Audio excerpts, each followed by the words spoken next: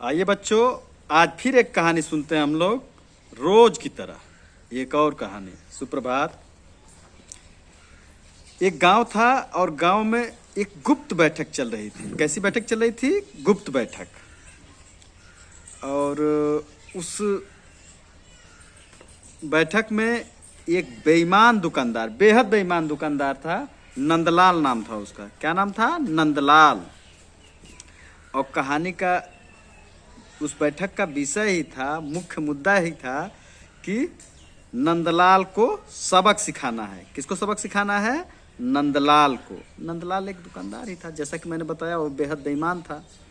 वो पूरे गांव को परेशान कर रखा था कि किसी भी सामान का दाम बढ़ा के बेचता था। और गांव वालों की मजबूरी ये थी कि केवल एक ही दुकान थी उस गांव में। सबकी मजबूरी थी सामान लेना।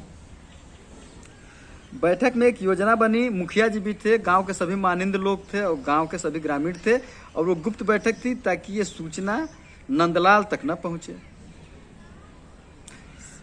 बैठक चली। उसमें एक गुप्त योजना बनी कि नंदलाल को सबक सिखाने के लिए सभी लोगों ने कहा कि हम लोग आम दिवस मनाएंगे। क्या मनाएंगे? आम दिवस। आम जानते हो ना? आम फल जो खाने में बहुत मीठा लगता है, हरा हरा होता है, पकने पे पीला हो जाता है और बहुत मीठा होता है। सभी लोगों को कितने लोग आम पसंद है? सभी लोगों को। जैसा कि मैं भी जानता हूँ, मुझे भी आम पसंद है। हुआ वही। उस दिन निर्णय लिया गया कि आम दिवस मना।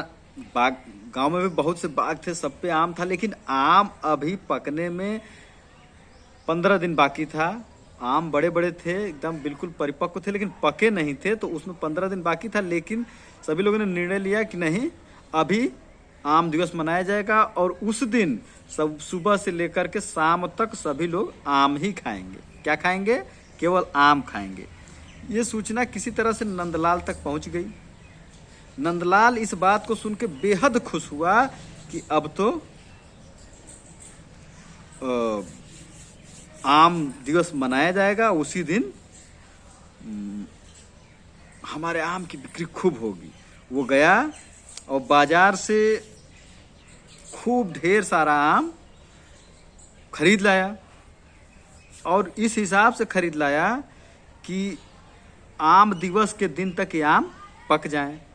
निर्धारित समय पे आम दिवस मनाने का निर्णय सबका था और नंदलाल को भी सूचना थी, जैसा कि हमने बताया। अब ठीक जिस दिन आम दिवस मनाना था, नंदलाल अपनी दुकान पे आम सजाए बैठा था और योजना के मुताबिक सभी लोग आए उसकी दुकान पे।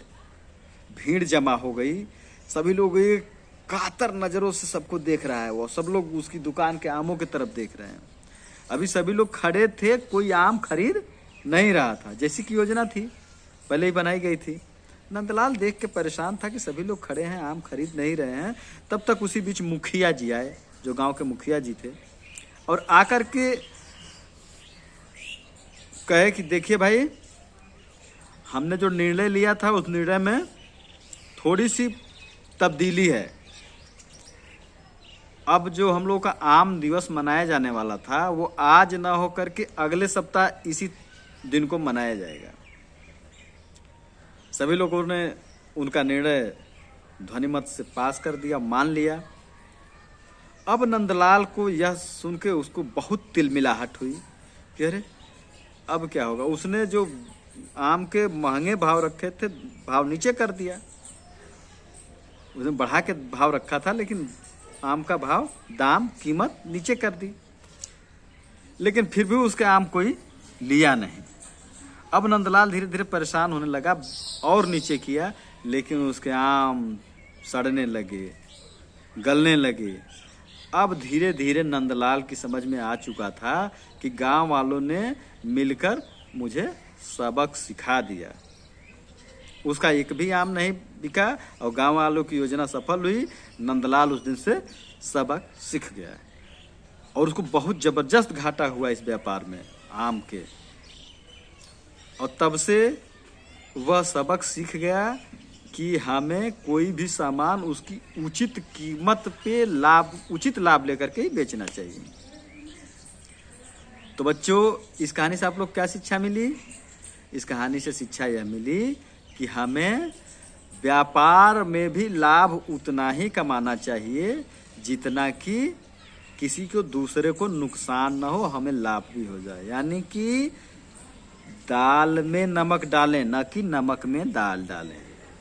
धन्यवाद।